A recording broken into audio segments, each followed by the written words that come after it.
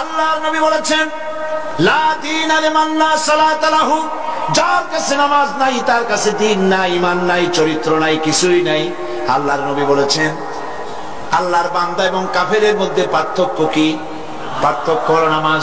যে নামাজ পড়ে সে আল্লাহর বান্দা, যে নামাজ পড়ে না সে ব্যক্তি কুফরি করলো। মান তারাকা সালাতান মুতাআম্মিদান ফাকাদ কাফারা, ইচ্ছা করে যে নামাজ ছেড়ে দিল সে কুফরি করলো। বলেন নাউজুবিল্লাহ। আদমশুমারিতে আপনার নাম মুসলমান থাকতে পারে, ভোটার লিস্টে আপনার নাম মুসলমান থাকতে পারে, পাসপোর্টে আপনার নাম মুসলমান থাকতে পারে, কিন্তু আপনি নামাজ পড়েন না। আল্লাহর কসম, আল্লাহর খাতায় আপনি মুসলমান নন।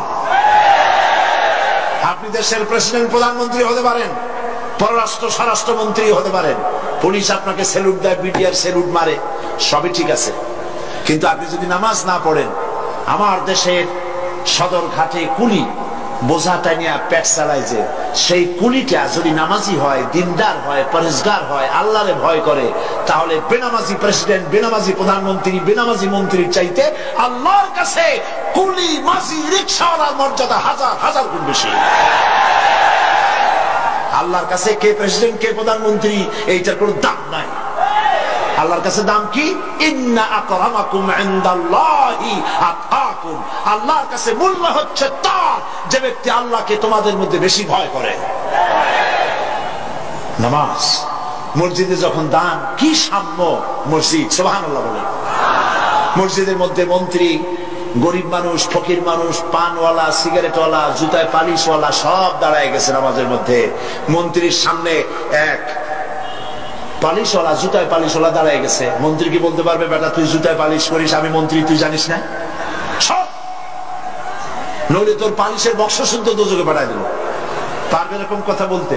পারবে না, কারণ মন্ত্রী সাহেব এটা ফাজলামি করার জায়গা না, এটা মসজিদ। এখানে তোমারও যা মর্যাদা, ওই রিকশাওয়ালা, কুলি মসজিদ, ফকির, ভিক্ষুক তার মর্যাদা সমান। বরং তুমি যদি বেনামাজি হও আর ফাঁকি দিতে নামাজ পড়তে আসে থাকো, তো তোমার থেকে ওর মর্যাদা বেশি।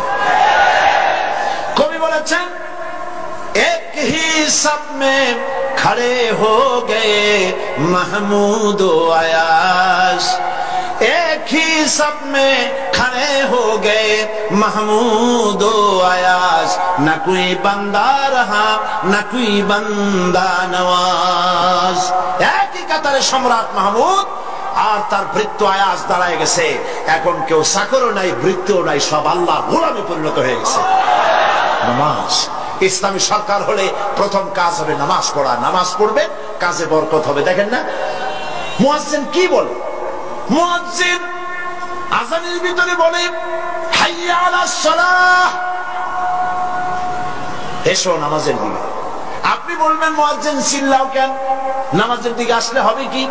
মুয়াজ্জিন দ্বিতীয় লাইনে গিয়ে বলে, হাইয়া আলাল ফালাহ, এসো কল্যাণের দিকে, মঙ্গলের দিকে। নামাজের দিকে আসতে পরে তোমার কিসমত খুলে যাবে, তোমার তাকদীর পাল্টে যাবে। এসো নামাজের দিকে, নামাজ পড়ো। বন্ধুগণ, এই নামাজের দরখাস্ত সারা দেশে, পৃথিবীতে যত জায়গায় যাই, সব জায়গায় মানুষকে নামাজের কথা বলি। বন্ধুরা, নামাজ পড়ুন, নিজে পড়েন, বউ বাচ্চারে পড়ান, আল্লাহর কাছে দোয়া করেন নামাজের জন্য, আল্লাহ আমাদের নামাজি বানায় দাও। বলেন আমিন। নামাজ আর কেউ ছাড়বেন? নামাজ না পড়লে কাফের, কাফের। নামাজ না পড়লে মুসলমান বলে দাবি করার কোন হক, কোন অধিকার আপনার নাই। নামাজ জীবনেও আর ছাড়বো না, এই ওয়াদা করতে পারবেন?